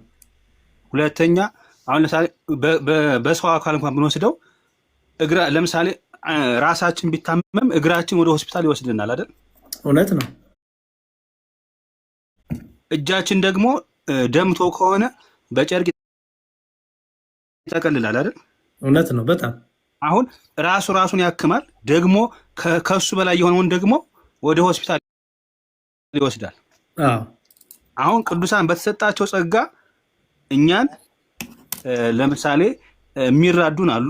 ደግሞ እግዚአብሔር ደግሞ ከነሱ በላይ የሆነውን ደግሞ ወደ እግዚአብሔር ደግሞ እንዲራዳን በረድኤታቸው የሚረዱ ነገር አለ። አሁን ምንድነው? በቅዱሳን በራሳቸው ጸጋ በተሰጣቸው ጸጋ እኛን የሚራዱ ነገር እንዳለና ሁለተኛ ደግሞ ከነሱም በላይ እነሱ ለምሳሌ ከእግዚአብሔር በታች እንደመሆናቸው ከነሱ በታች ከነሱ በላይ የሆነው ነገር ወደ እግዚአብሔር ለምሳሌ ወደ መንግስተ ሰማያት ማግባት የማን ነው? የእግዚአብሔር ነው አይደል? ወደ መንግስተ ሰማያት ማስገባት የእግዚአብሔር ነው። ግን እግዚአብሔር መንግስተ ሰማያት እንዲሰጠን እድል ፈንታ እንዲኖረን ለእሱ ያሳስቡልናል አይደል? እንዴ ይለምኑናል፣ ይጸልዩልናል። ይሄማ የቅዱሳን ጸሎትማ እኮ የታመነ ትምህርት በቤተክርስቲያናችን። እግዚአብሔር ግን ምንድነው ግን ማወቅ ያለብን ነገር ንስሐ ሳንገባ ስጋው ደግሞ ሳንቀበል በቅዱሳኑ ቃል ኪዳን በኩል አመልጣለሁ ማለት ግን አይቻልም። ምክንያቱም ንስሐ መግባት ደግሞ አስፈላጊ ነው። ይሄ የቤተክርስቲያን የታመነ ትምህርት ነው። የቅዱሳኑ ቃል ኪዳን ለእኛ የሚጠቅመን ንስሐ ገብተን ስጋው ደሙን ተቀብለን ይሄ ነው የሚጠቅመን። እገዛ ሆኖ ይጠቅመናል እንጂ ንስሐ ሳንገባ ስጋው ደሙን ሳንቀበል የቅዱሳኑ ቃል ኪዳን የዘላለም ሕይወት እንዳገኝ እንዲያው ይጠቅመኛል ለብቻው እንደዛ አይሆንም። እንድንቀበል ነው አይደል? ማለት ንስሐ ገብተን ስጋው ደሙን ተቀብለን ያግዙናል። እንድንወርስ ነው የእነሱ ራሱ እርዳታ አይደል? ያግዙናል። ወደዚህ እንድንቀርብ ነው። ኤግዛክትሊ። በጣም የመላእክቱ እገዛ የቅዱሳኑ እገዛ ሁሉ ምን እንድንነው ለዚህ እኮ ነው የአንዱ ብልት ቢሰቃይ ብልቶች ሁሉ አብሮ ይሰቃዩ ለተባለው እኮ መሰቃይ የተባለው እኮ እንደሱ ኃጢአት ይሰራሉ ማለት አይደለም። ያግዞታል። ሉቃስ ወንጌል ያለው እኮ ነው እቺ ማለት ናት። ያው ሉቃስ ወንጌል ምዕራፍ 13 ላይ ያለው ምን የሚለው ይሄ በወይን አትክልት የተተከለች በለስ ነበረች የሚለው አይደል? ፍሬም ሊፈልግባት መጥቶ አላገኘም። የወይን አትክልት ሰራተኛውንም እነሆ ከዚህ በለስ ፍሬ ሊፈልግ 3 ዓመት መጣው ምንም አላገኘውም፣ ቁረጣት ሲለው ምንድን ያለው?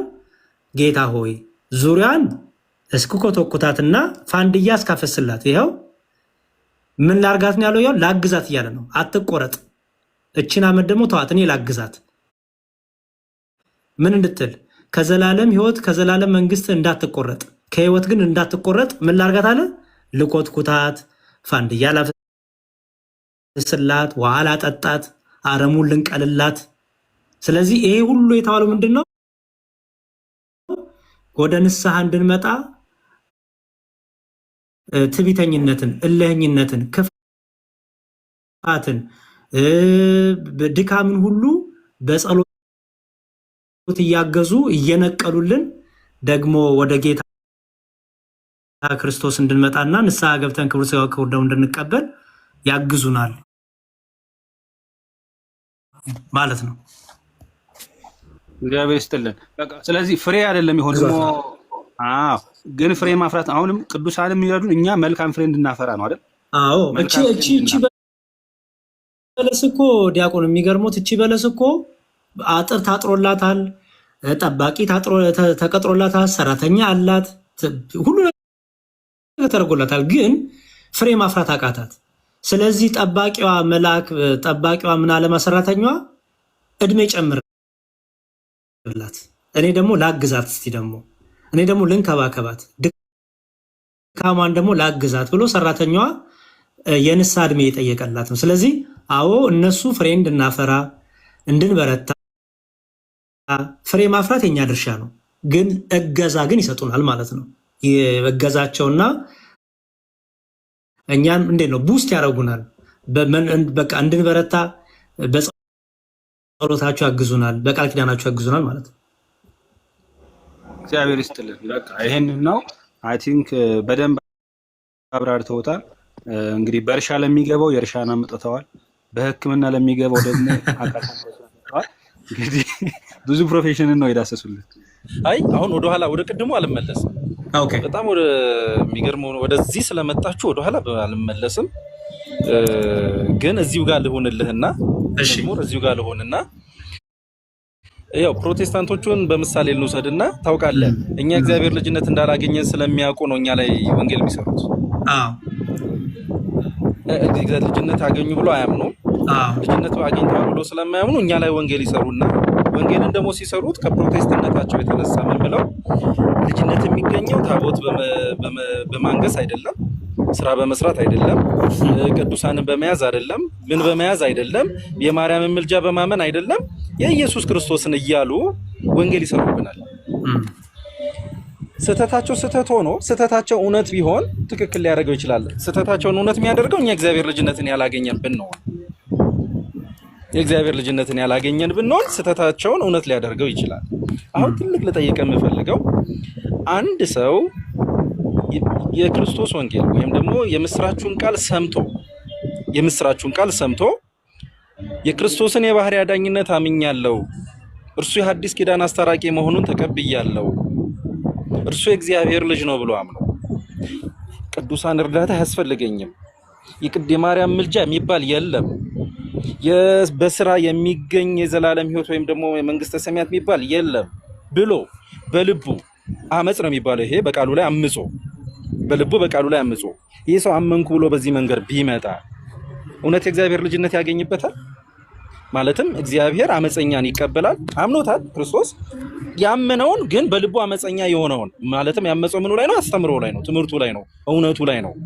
ስለ ቅዱሳኑም ስለ ድንግል ማርያምም በስራ ስለሚገኘው እምነት ከስራ ጋር መስተጋብር ሊኖረው እንደሚገባ ስለተነገረው ቃል እዚህኛው ላይ እምነት ሳይታመን ወይም ሳያምን ወይም አምጾ አምኛለሁ ክርስቶስ የእግዚአብሔር ልጅ ነህ፣ አምኛለሁ ክርስቶስ አንተ አዳኝ ነህ፣ አምኛለሁ ክርስቶስ አንተ አስታራቂ ነህ ብሎ ቢመጣ የእግዚአብሔር ልጅነትን የሚሰጥ ማለትም አመፀኛን የሚቀበል ነው የኛ ክርስቶስ ወይም ደግሞ የቃሉ ክርስቶስ ወደ እግዚአብሔር ልጅነት ወይም ደግሞ ወደ አባቱ ይመራዋል ብለን መናገር የምንችልበት የመጽሐፍ ቅዱስ እውነት አለ?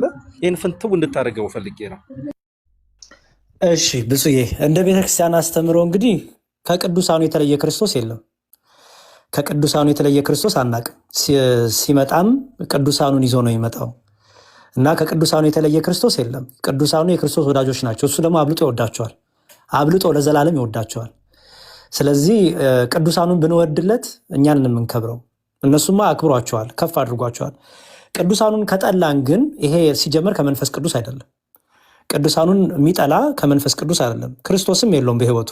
ምክንያቱም ክርስቶስ ነው ቅዱሳኑን ራሱ የወደደ ያከበረ ያፈቀረ እስከ መጨረሻውም ድረስ ደግሞ የወደዳቸው የጠራቸውን እነሱን አከበራቸው፣ ወደዳቸው፣ እስከ መጨረሻው ወደዳቸው አይደለም የሚለው። ስለዚህ ክርስቶስ የወደዳቸውን የማይወድ ክርስቶስ ያደመቃቸውን የማያደምቅ ክርስቶስ ያመሰገናቸውን እና የኔ ምስክሮች ብሎ ያመሰገናቸውን የክርስቶስ ድንቅ ምስክሮች የተባሉትን የማያመሰግን የሚጠላ እነሱ ከኔ እኩል ናቸው፣ ጳውሎስ ምን ይሰራልኛል፣ ድንግል ማርያም ምን ትሰራልኛለች፣ ሚካኤል ምን ይሰራልኛል የሚል ሰው ሲጀመር ከመንፈስ ቅዱስ አይደለም። ይሄ ምንጩ ይሄ ራሱ መንፈሱ። ምክንያቱም መንፈስ ቅዱስ በጣም የትህትና መንፈስ ነው። ለምሳሌ ማን ልስጣችሁ? ኤልሳቤት በእድሜዋ እኮ አሮጊት ናት አይደለ? በጣም ትልቅ ሴትዮ እኮ ናት። መውለጃዋ ጊዜ ያለፈባት፣ መውለድ ማትችል ያረጀች። እንደውም ባሏ ምስክር እኮ ነው። በሚስቴም እኮ የወራይ ልማድ የለም፣ በቃ ሁለታችንም አርጅተናል አለ። ይቺ ትልቋ ሴትዮ ኤልሳቤት የ15 ዓመቷ ብላቴና ወደ እርሷ ብትሄድ ራሷን ዝቅ አድርጋ ምናለች? የጌታዬ እናት ወደ እኔ ትመጣ ዘንድ እንዴት ሆንልኛል? ይሄን ደግሞ የተናገረችው መንፈስ ቅዱስ ስለሞላባት። ስለዚህ መንፈስ ቅዱስ የሞላበት ሰው ራሱን በትህትና ዝቅ ያደርጋል። ከኔ ቅዱሳኑ ይሻላሉ፣ ከኔ ቅዱሳኑ ይከብራሉ ይላል። ይሄ ባይዘዌ መንፈሳዊም ክርስቲያናዊም ህይወት ነው እና ይሄ ቅዱሳኑን ይሄ በተለይ በማደሪያው ያሉትን የሚሳደብ እግዚአብሔርን ማደሪያው እና በማደሪያ ውስጥ ያሉት እነዚህ ራእይ ላይ እንደተነገረው የሚሳደብ የዘንዶ አፍ ያለው ነው እና በቅዱሳኑ ምልጃ እንድንጠቀም በመላእክቱ ምልጃ፣ ጸሎት፣ ጥበቃ እንድንጠቀም የሰጠን ራሱ እግዚአብሔር ነው። የሰጠንም ደግሞ እርሱ ለእኛ የሚያስብ የሚያውቅ አምላክ ስለሆነ ነው። የሚራራ የሚያዝን አምላክ ስለሆነ ነው። እነ ጴጥሮስን እረኛ ጠቦቶቼን ጠብቅ፣ ግልገሎቼን ጠብቅ፣ በጎቼን ጠብቅ ሲል በጎቹ አልፈልግም ቢሉ አይድኑም። ባይዘወይ ጴጥሮስ የሚባል ሰው አልፈልግም ቢል፣ አባት የሚባል አልፈልግም፣ እረኛ የሚባል አልፈልግም፣ ተዉት ቅዱሳኑን፣ ተዉት መላእክቱን። እረኛ አልፈልግም የሚል አንድ ሰው በምድር ላይ ቢኖር በክርስትና ክርስቲያን ነኝ እያለ አባት አልፈልግም፣ እገሌን አልፈልግም፣ ህብረት የሚባል ነገር አልፈልግም ምናምን ካለ ይሄ ሰው አይድንም ባይዘወይ። ምክንያቱም ክርስቶስ ራሱ ጠብቁ፣ አጽኑ፣ አበርቱ፣ አደራ እያለ የሰጠን እረኞች አሉ፣ ጠባቂዎች አሉ። ከነዛ እረኞች ስንል ቅዱሳን ናቸው፣ መላእክት ናቸው። እረኝነት ማለት ጠባቂነት ማለት ስለሆነ ዕለት ዕለት በወጣ በመግባታችን ሚካኤል ይጠብቀናል፣ ገብርኤል ይጠብቀናል። ገብርኤል አያስፈልገኝ የሚል ካለ ይህ ትዕቢተኛ ነው። ከእግዚአብሔር መንፈስም አይደለም፣ ምንጩ ከአጋንንት ነው የሚሆነው። መላእክትን የሚቃወም መላእክትን የሚሰድብ አንደበቱን ለስድብ የሚያቀና ቅዱሳኑ ላይ ድኛለሁ ማለት አይችልም። መጽሐፍ ቅዱስ እንደሚናገረው የአውሬው መንፈስ ነው የሚለው። ለአውሬውም የስድብ ቃል የስድብ አንደበት ተሰጠው ነው የሚለው፣ የስድብ አፍ። ከአውሬው የሆነ መንፈስ ደግሞ አይድንም። ምክንያቱም እዚህ ያዕቆብ መልእክት ላይ ምን ብለው እንዳስቀመጠው ነው ብፁዕ የመሰለ የአጋንንት እምነትና አጋንንትም ያምናሉ ይንቀጠቀጣሉ ብሎ ደግሞ የአጋንንት እምነትን አስቀምጦልናል። እንደዚህ አይነቱ እምነት ይባላል። እየተሳደቡ ቅዱሳኑን እየተሳደቡ ምን ይሰራሉኛል? የራሱ ጉዳይ። ሚካኤል እንዲያውም እኔ እበልጠዋለሁ እንዴ፣ ድንግል ማርያም ምንድን ናት? እኔ እበልጣታለሁ ላቲ ስብሐት፣ እንደዚህ እያሉ ይሄ የአውሬው መንፈስ ነው። ቅዱስ የእግዚአብሔር መንፈስ ግን በነ ኤልሳቤት ያደረ፣ በነ ገብርኤል ያደረ፣ በሌሎቹም ቅዱሳን ያደረ፣ አንዳቸውን ዝቅ እያደረጉ ሲያከብሩ፣ አንዳቸውን ከኔ አንተ ትበልጣለህ፣ አንተ በጸሎት አስበኝ፣ አንተ ደግሞ የበረታ ነህ ሲሉ በዛ ውስጥ ቅዱስ የእግዚአብሔር መንፈስ አለ። የዳኑ ሰዎች እንዲሁም አንደኛው ፍሬያቸው ይሄ ነው። ብፁዬ መዝሙርዬ እግዚአብሔር ያክብርልኝ። አሁን ጭብጤን አግኝቻለሁ ማለት ነው። በደንብ ከተረዳችሁት ቃለ ሕይወት ያሰማለን በሉልኝ። እዚህ ጋር ያዝልኝና መዝሙርዬ እነዚህ ምንድን ነው በልባቸው ያመፁ ሰዎች አሉ። በልባቸው ያመፁ ሰዎች ቤታችንም ውስጥ ከቤታችን ውስጥ ውጭም አሉ። እነዚህ በልባቸው ያመፁ ሰዎች አንዱ ከሚናገሩት አንዱ ንግግር ድንግል ማርያም ላይ ያነጣጠረ ነው። ለምሳሌ መላእክት ብቻ ናቸው ይሉናል። እኛ ደግሞ መላእክት ብቻ ሳይሆኑ አማላጆቻችንም ናቸው፣ ተራዳዮቻችንም ናቸው፣ ረድኤት በረከት የምናገኝባቸው ናቸው ስንል ካስተምሮ አኳያ ነው። ልክ ይህንን በሚናገሩበት ቋንቋ እናታችንን ደግሞ ሲተቿት ደግሞ እንሰማለን ሁሌ በቤታችንም ውጭም ስለምንሰማው ነው። ድንግል ማርያም ፍጡር ብቻ ናት፣ እንደኛ ፍጡር ብቻ ናት ብለው ይተቿታል። ፍጡር ብቻ ሌላ ምንም ልትሏት አትችሉም ይሉናል። ለእነዚህ መልስ ስንሰጣቸው መልሳችን ደግሞ ከወንድሞቻችን ጋር ሊያጣርሰን የሚችል አድርገው ይቀርጹታል። ከዛ እኔ ተነስቼ ወንድምህ ድንግል ማርያምማ እንደ እግዚአብሔር ቃል ፍጡር ብቻ ናት ተብሎ አይደለም የሚናገረው። ድንግል ማርያም ፍጡርነቷም ተነግሯል፣ ፍጡር ብቻነቷ ግን የተነገረ አይደለም። ስለዚህ ፍጡር ብቻ ናት ብለህ እንዳትናገር፣ የፈጣሪም እናት ናት፣ ከፍጡራንም በላይ ናት ተብሎ በቃሉ በእግዚአብሔር ቃል መንፈስ ቅዱስ በሰጠን እውነት ስለሷ ልጇ ከመሰከረው እውነት ከሰጣት ጸጋ አኳያ ፍጡር ብቻ ናት ብለህ እንድትዘጋና ከራስ ጋር እንድታስተካክላት አንተ ፍጡር ብቻ ነኝ ብለህ ስትል ምን አለ አንተ ጋር ከፍጡራን በላይ አለመሆንን ጠንቅቀህ ስለምታውቅ አንተ እሷ ግን ከፍጡራን በላይ መሆኗን ሲነገርህ ነው ፍጡር ብቻ ናት ልክ እንደኔ ፍጡርና ብቻ ናት ብለህ ስትናገር አይ ፍጡር ብቻ ናት አትበል ከፈጣሪም በላይ ናት የፈጣሪም እናት ናት ብለህ መናገር አለብህ ብለን ስንነግረው አንድን ሰው ይሄን ሰው ምን እዚህ ጋር ልንወስደው የሚገባ እውነት አለ። ይሄም እውነት ምንድነው? ያስተምሮ ጉዳይ ነው። ያስተምሮ ጉዳይ ነው። አሁን ፍጡር ብቻ ናት አትበል ስል ወንድሞቼ እንደ ፈጣሪ ብቻ እንዳንግባባ ሊያደርግ ታርጌት ያደረገ ነገር ይዞ ሊመጣ ይችላል። ስለዚህ አገላለጾች እንደዚህ ሆነው ስናገኝ በዚህ መንገድ ቻሌንጅ የሚያደርጉ የሚቋቋሙ ታናናሽ ወንድሞች ሲፈጠሩ ታላላቅ እህቶች ሲፈጠሩ በፍጥነት ማቀፍ የሚገባ ማንነት ሊኖረን ይገባል አይደል ወይ ነው። በቃ ይሄን ነገር እኔ ለማሳየት ነው የፈለኩት። አሁን ማንም ሰው መጥቶ ድንግል ማርያም ፍጡር ብቻ ናት እንደኔ ፍጡር ብቻ ናት ቢለኝ ምን እያለ ነው? ይሄ ሰው ክርስቶስን አመንኩ እያለ ግን አመፀኛ። አላማው ታርጌቱ ምን ስለሆነ ድንግል ማርያምን በአስተምሮም በእውነቷም ሊነካት ስለፈለገ ነው። ፍጡር ብቻ ናት እንዳትለኝ፣ መላእክት ብቻ ናቸው እንዳትለኝ፣ ተራዳይም ናቸው አማላጅም ናቸው። ድንግል ማርያም ፍጡር ብቻ ናት እንዳትለኝ፣ ከፍጡራን በላይም ናት በለኝ፣ የፈጣሪም እናት ናት በለኝ እያልን ብንመልሰው ይሄ አገላለጽ እኛን ሊያስተቃቅፈን የሚገባ አገላለጽ አይደል ሊሆን ይገባል። ስለዚህ ቶሎ መተቃቀፍ አለብን የሚለውን ነገር ለማሳየት ነው መዝሙርዬ። ብጽዬ ምን መሰለህ እኔ አሁን እዚሁ እኔ አሁን ልቃወምክ ነው። ለምሳሌ ያለው እንግዲህ ፍጡርና ፈጣሪ ነው። ፍጡር ፈጣሪ ስንል ባህሪ ነው የምናወራው። በደንብ አሁን አስተውል ብጽዬ።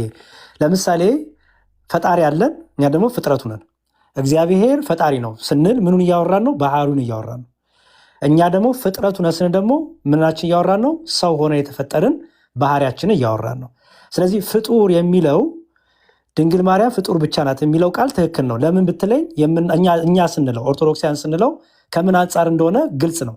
ለምሳሌ ፕሮቴስታንቶቹ ፍጡር ብቻ ሲሉ ክብሯን ዝቅ ለማድረግ እንደኔ ናት ወይም ክብር የላትም ለማለት ነው። ተረዳኝ? ክብር የላትም፣ ዘላለማዊ ድንግል አይደለችም፣ ንጽህና ቅድስና የላትም፣ የውርስ ኃጢአት አለባት የሚሉን ምንፍቅና ለመናገር ነው። እኔ ድንግል ማርያም ፍጡር ብቻ ናት እላለሁ። ፍጡር ብቻ ናት ስል ግን ምን እያልኩኝ ነው? እሷ ሰው ናት እያልኩኝ ነው። ኦኬ፣ ከሰማይ ያወረደች አይደለችም፣ እናት አባት ያላት እያልኩኝ ነው። ግንስ ሰው ናት ስልስ ፍጡር ናት ስልስ አይደለም። አሁን በደንብ ጽያ አስተውል። ፍጡር የሚለው ባህሪ ሲሆን የአምላክ እናትነት ግን ጸጋ ነው። ፍጡር የሚለው ባህሪ ሲሆን ንጽህናዋ፣ ቅድስናዋ፣ ምልጇ ግን ጸጋ ነው። ፍጡር የሚለው ባህሪ ሲሆን ከፍጥረት ደግሞ ከሰው ልጆች ደግሞ በላይ ናት ሲባል ደግሞ ጸጋውን ነው የሚያሳየው። እነዚህን ሚክስ ማድረግ የለብንም። ድንግል ማርያም አዎ ፍጡር ብቻ ናት። ግንስ ደግሞ ፍጡር ብቻ ናት ስንል ባህሪዋ ምንድናት? ሰው ናት እያለ ነው። እናት አባት አላት፣ ሰው ናት እያለ ነው። ኦኬ፣ ግን ድንግል ማርያምስ ምንድነው ጸጋው ይባል? ከሰው ደግሞ የተለየ ደግሞ የከበረች ናት። ከሰዎች ደግሞ ከፍጥረት ስንል ከሰው ሁሉ ደግሞ የበለጠ ልዕልና የበለጠ ጸጋ አላት። ምን? የአምላክ እናትነት። ምን?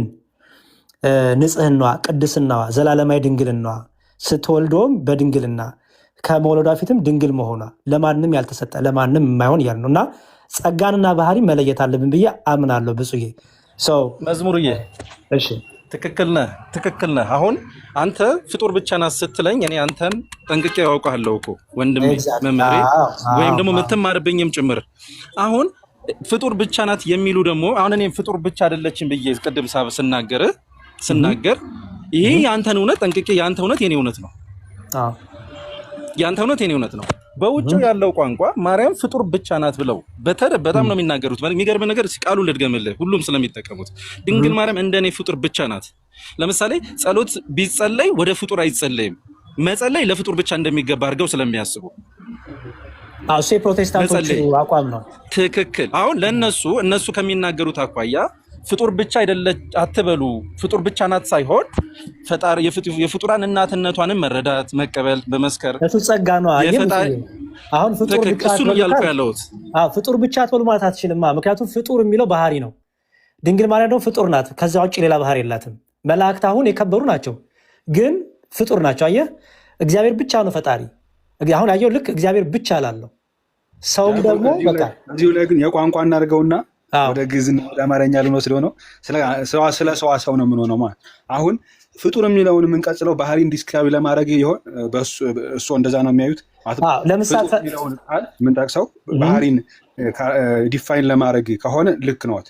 ፍጡር የሚለውን ቃል ማለት አሁን ፍጡር ፈጣሪ የሚለው ባህሪን ለመግለጽ የሚጠቀም ቃል ከሆነ በሰዋሰው አገባቡ ባህሪን ዲስክራይብ ልናደርግ ስንል ነው ይህን ሀሳብ የምናነሳው። በዛ በሰዋሰው ደረጃ ማለት ነው። በቋንቋ አጠቃቀም ደረጃ ፍጡርና ፈጣሪ የሚለውን ቃል የምንጠቅሰው ባህሪን ዲስክራይብ ለማድረግ አንዱ አስገኝ ያለ አካልና ተገኝ መሆንን ለመግለጽ የምንጠቅሰው ቃል ነው የሚል ነው የእርስዎ ሙግት አለ። አሁን ምን መሰረት ዲያቆን ኤሰንስ አለ። ለምሳሌ የእግዚአብሔር አንደኛው ኤሰንሱ ምንነቱ ነው? ፈጣሪነቱ ነው አይደል? ባህሪውን እንለዋለን፣ አምላክነቱ፣ ገዥነቱ፣ አልፋና ኦሜጋነቱ ብለን ይህን ሁሉ ስንዘረዝር ባህሪው ነው የምናወራው። ባህሪው ማለት ራሱ የእግዚአብሔር ምንነቱ ማለት ነው። እኔና እናንተ ደግሞ እዚህ ያለ ነው ምንነታችን ምንድን ነው? ሰው ነን ወይም ፍጡር ነን ማለት ነው። ፍጡር ብቻ ነን፣ ሌላ አይደለንም። ፈጣሪ መሆን አንችልም። በቃ መላእክትም ሁን እኛ የምንሆን ፍጡር ብቻ ነን። ግን ደግሞ መላእክት ፍጡር ብቻ ሆነው ግን ልዩ ጸጋ አላቸው። እኔና እናንተ ፍጡር ብቻ ሆነን ልዩ ጸጋ አለን። ድንግል ማርያም ፍጡር ብቻ ናት፣ ደግሞ ከፍጥረት ደግሞ ከሰዎች ደግሞ የከበረ ደግሞ ጸጋ አላት፣ ክብር አላት ብለን በዚህ መልኩ እናስቀምጠዋለን። የኔን አላገኛችሁኝም ሰንዬ፣ እኔን አላገኛችሁኝም። የልጆቹን ግን ምንድን ነው አሁን የአማርኛና የግዕዝ ውስንነትን ለማሳየት ነው። ብዙ የግዕዝንና የአማርኛን ውስንነት ለማሳየት እሱን ተረድቻለሁ። ማእከለ ፈጣሪ ወፍጡራን የሚለውን መነሻ አድርገው ነው እነዚህ ልጆች የተነሱት። አሁን እኔ የግዕዝ ሊቃውንት መጥተው እንዲያብራሩት ነው የምፈልገው። በአማርኛ አፈታት ዲያቆን መዝሙር ያሬድ ያስተማሩት ልክ ነው። በአማርኛ አፈታት ማለት በግዕዝ ቢሆን ያው ነው ዲያቆን። አሁን ማእከለ ፍጡር ወፈጣሪ ስንል ድንግል ማርያምን ያቺ ማእከል ምንድን ነች? ያቺ ማእከልነቷ ምንድን ነች? ኦኬ ማእከልነቷ ኦኬ፣ በጣም ጥሩ ኦኬ። ለምሳሌ አሁን እኛ ድንግል ማርያም ማእከል ናት ስንል ወላዲተ አምላክ ናት እያልን ነው አይደል? ወላዲተ አምላክ ናት፣ ምልክት ናት፣ ለሰው ልጅ ያልተሰጠ ለማንም ያልተሰጠ ጸጋ አላት። ምንነት? ወላዲታ አምላክነት። ወላዲታ አምላክ መሆኗ ግን ፍጡር መሆኗን ግን አያስቀረውም። ፍጡርማ ፍጡር ናት። ግንስ የከበረ ደግሞ ጸጋ አላት። የከበረች ናት። ከመላእክትም ሁሉ ትበልጣለች። በምን? በፍጥረት አይደለም የምንለው። በምንድን ነው የምንለው? በክብር አይደለም የምንለው። ከመላእክት ሁሉ ትበልጣለች ብለን በምንድን ነው የምንለው? በክብር። አየው፣ በክብር እንበለ ምንድን ነው? ጸጋዋ የተሰጣት ጸጋ የአምላክ እናት የመሆን የእግዚአብሔር ልጅ እናቱ የመሆን ጸጋ ስላላት እርሷ ማእከለ ፍጡር ወፈጣሪ እንላታለን ማለት ነው እንጂ ምንድነው ይሄ ምንነቷ ላይ ወይም ፍጡር መሆን ላይ ወይም ሰው መሆን ላይ ምንም ቤተክርስቲያኗ ይሄ አቋሟ ነው፣ ጥርጥር የላትም። ያሬዲ ምናልባት እዚህ ጋር አሁንም ሚስ ሪፕሬዘንት እንዳይኖር ሚስ አንደርስታንዲንግ እንዳይኖር እንደዛ ሆኖብኛል። ሚኪዬ እሺ አንዴ እዚች ጋር ልጠይቀውና ማስቀምጥበት ምናልባት ልጆቹ ሲናገሩት እኔ ልጆቹን አይደለም ሚኪሻይ፣ እኔ እኮ ብፁዕ በሰጠኝ ሀሳብ ላይ ብቻ ነው። ኦኬ እሺ። አይ እኔ ብፁዕ ብቻ ስለ ልጆቹ አይደለም እኔ የምመልሰው። ኦኬ እዛ ላይ ያላችሁ መስሎኝ ነው። እሺ አይ ኖ እኔ ብፁዕ ጠይቆኝ ድንግል ማርያም ታስላቋረጥኩ አንተ ቀጥልና እንጠለፍንብህ ርዕስ። አዎ እኔ እንጂ ልጆቹን አላየሁትም። እሺ ያሬዲ ይቅርታሽ። እሺ አሁን እኔ ቀላል ግልጽ የሆነ ጥያቄ በአማርኛው ነው የምጠይቅህ። እሺ በአማርኛ እንደዛ ላድርገው። በአማርኛው ልጠይቅህና አንተ ድንግል ማርያም ፍጡር ብቻ ናት፣ ከፈጣሪም በላይ ናት፣ የፈጣሪ እናት ናት ብለህ ስትለኝ አይ ፍጡር ብቻ ናት ካልኩህ ምንድነው ማለት? ከፈጣሪ በታች እንዳይቀዱህና ደግሞ መከራ እንዳያሳዩ እሱ ነው ችግር የሆነብን። አሁን ምንድነው በጣም እየተባለ ያለው? ወየ ኤፍሬም ረጋ በልና ጠይቀው። ቅደም የተሰጥክ ስለሆነ በላይና በታች ምታታባህል ይመስለኛል። እሺ ድምጽ ያውን ይሰማል? ይሰማል። እሺ አሁን ድንግል ማርያም ስለ ፍጡርነት ፍጡር ስለመሆኗ ስትነግረኝ ፍጡር ስለመሆኗ ነግረኛል፣ ማለትም ሰው ስለመሆኗ። አዎ ከፈጣሪ በላይ ስለመሆኗም ነግረኛል። እኔ አልነገርኩም። ከፈጣሪ በላይ ይቅርታ ብዙ ፍጡር መሆኗን አንዴ ታገሱኛ ሰንያ፣ አንዴ ታገሱኝ። ችግር የለም አይቆረጥም።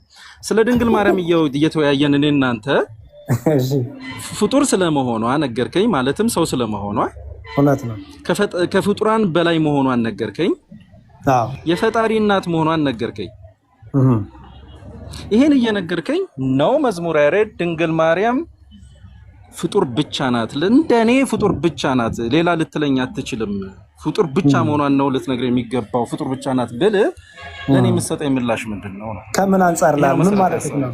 ኦኬ ለምሳሌ እኔ ከፍጡር ብቻ ናት ብዬ ነው የማምነው ስትለኝ፣ አሁን እኔም እኮ እንደዛ ነው የማምነው ብዬ መልስልሃለሁ። ግን አንተ ፍጡር ብቻ ስትል ምን እያልክ ነው? እያናናካት ነው? ክብር የላትም እያልክ ነው? የአምላክ እናት አይደለችም እያልክ ነው? ዘላለማዊ ድንግል አይደለችም እያልክ ነው? አታማልደኝም አትጸልይልኝም እያልክ ነው? በምልጇ በጸሎቷ አትረዳኝም አታግዘኝም እያልክ ነው? ምን እያልክ ነው? ፍጡር ብቻ ናት ብለው የሚናገሩ እነሱ ምሳሌውን ስሰጥህ ፍጡር ብቻ ናት ብለው የሚናገሩ የሚደመድሙ ፍጡር ብቻ መሆኗን ነው የምናውቀው የምናምነው።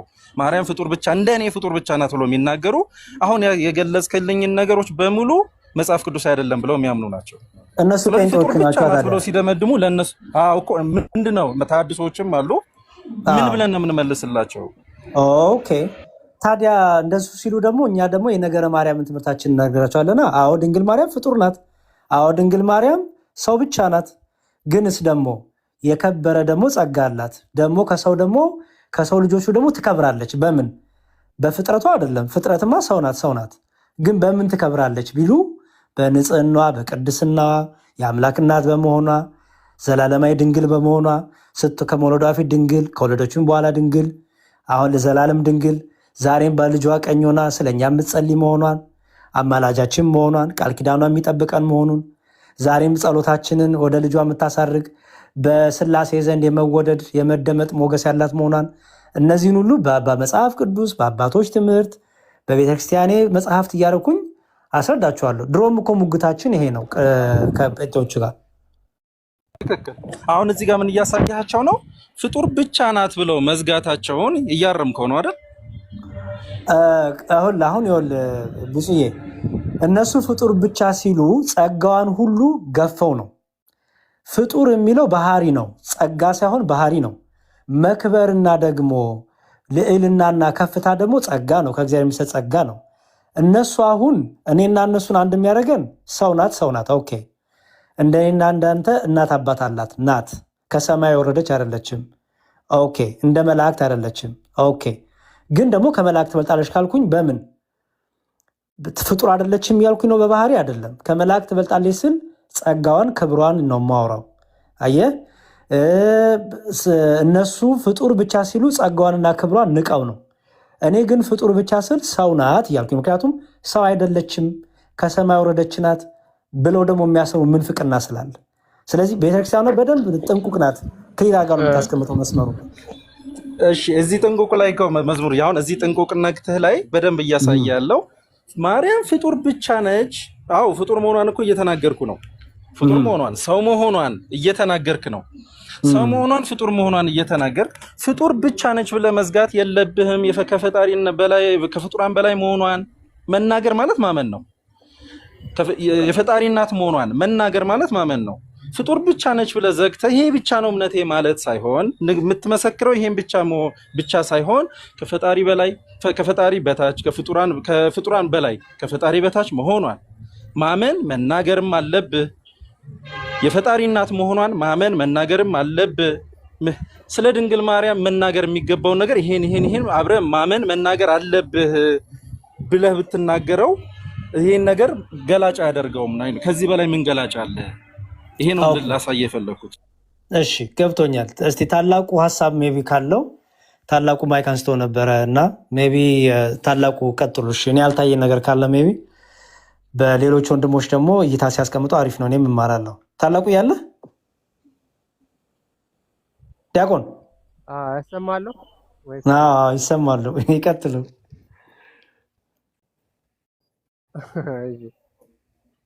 ኔትወርክ እንዳይዘኝ እሺ። ማልሰማ ከሆነ ትነግሩኛላችሁ።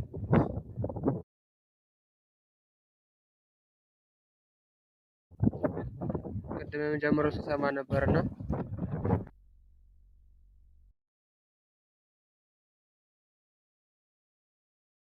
አሴ ባህሪ እያየንባት ነው። የልጅነት ባህሪ ይረብሻችኋል። ነፋሱ ሚዩት ላድርገው።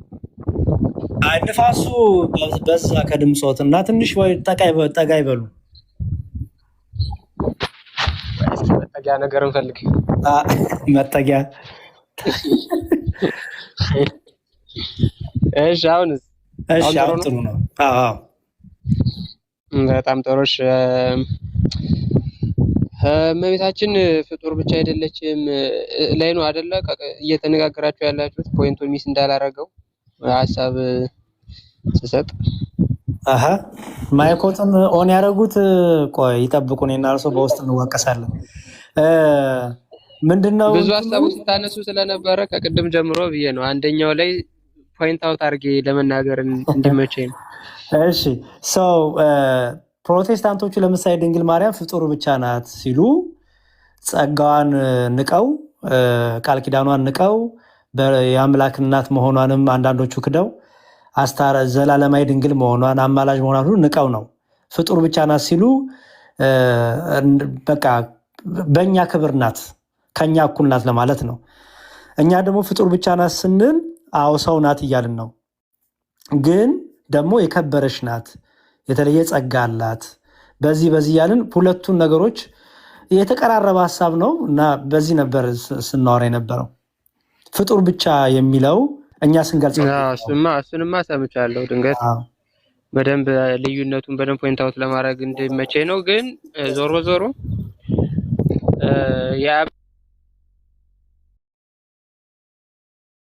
ዞሮ ዞሮ ሲሉ እኮ ነው የሚቋረጠው። ዞሮ የሚለውን ይቅርና ዝም ብለው ወደ ፖይንት ይጉ። ተቋረጡ። ዲያቆን ንፋሱ ነው መዝሙርዬ፣ ዞሮ እያስቸገራቸው ነው። ንፋሱ ነው ያስቸገረው።